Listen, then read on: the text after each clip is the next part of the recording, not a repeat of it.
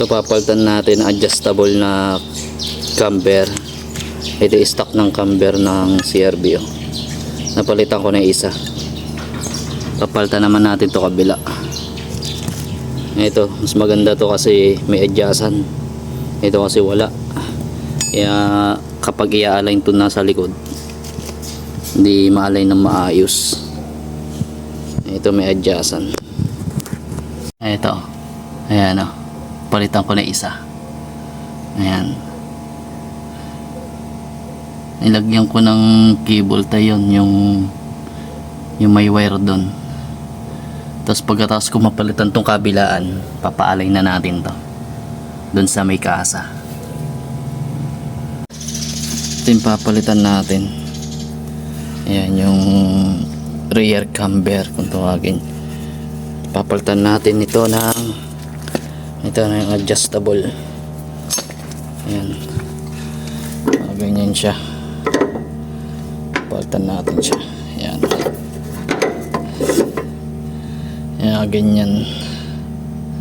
Para kapag in-align itong mga gulong, mas madali siyang i-align. Dito pwede siyang mag-adjust, hindi lang doon. Kasi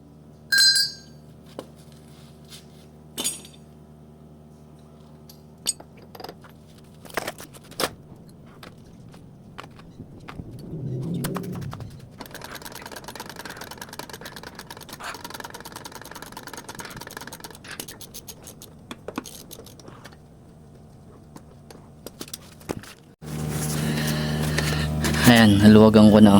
Natanggal ko na yung tornilyo dito tsaka doon. Ayan, haluwagan ko na. Ito tanggal na to. Ayan, papalitan na natin itong adjustable.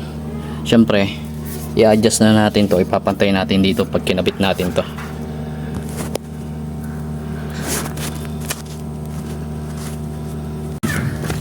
Ayan, natanggal na natin. Ngayon i-adjust natin to para pantay natin dito sa stock, para hindi naman mababago. Tapos pagkatapos ipapaalay na lang natin dun sa may kasa sa computerize para sure na naka-align, kasi may adjustan na rito tsaka may adjustan pa rito. Yan dito, yan dito nag-a-adjust na sila dito tsaka dito. Nakatipid tayo sa labor. Kasi kung papatanggal pa natin sa kasa to, baka 5,000 kabilaan, may sisingilin ka sa labor na yan. Nakatipid na tayo. Yan, kabit na natin to. Papantay lang natin dito sa stock. Adjust na natin. Ayan guys, nakabit ko na. Ayan. Ito, higpitan ko na lang pati dito sa kabila. Ayan, tapos ito. Ayan, kakabit ko na lang dito.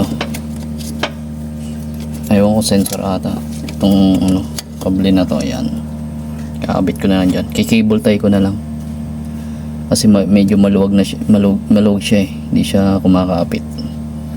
Ayan, pitan ko na lang to. Ayan, napasok ko na yung tornilyo tsaka doon, kitang kita wala sa align, nakapalipit.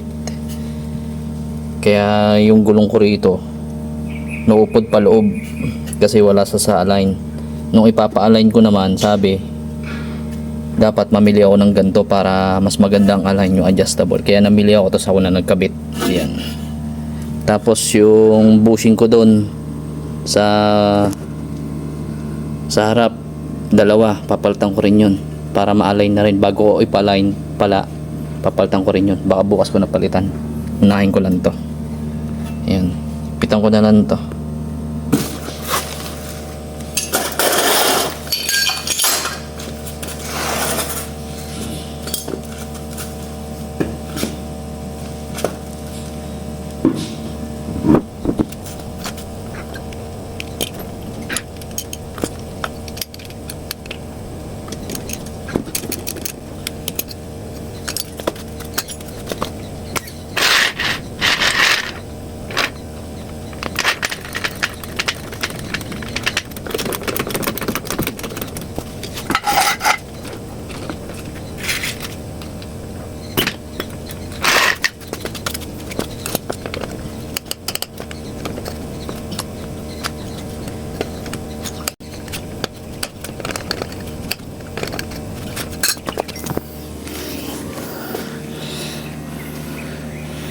Ayan. Okay na. Kabilaan.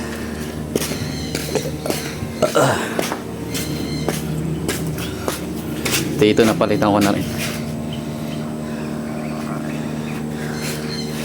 Okay, bukas naman.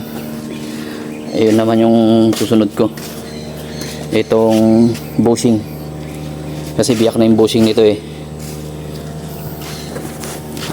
Okay, bye.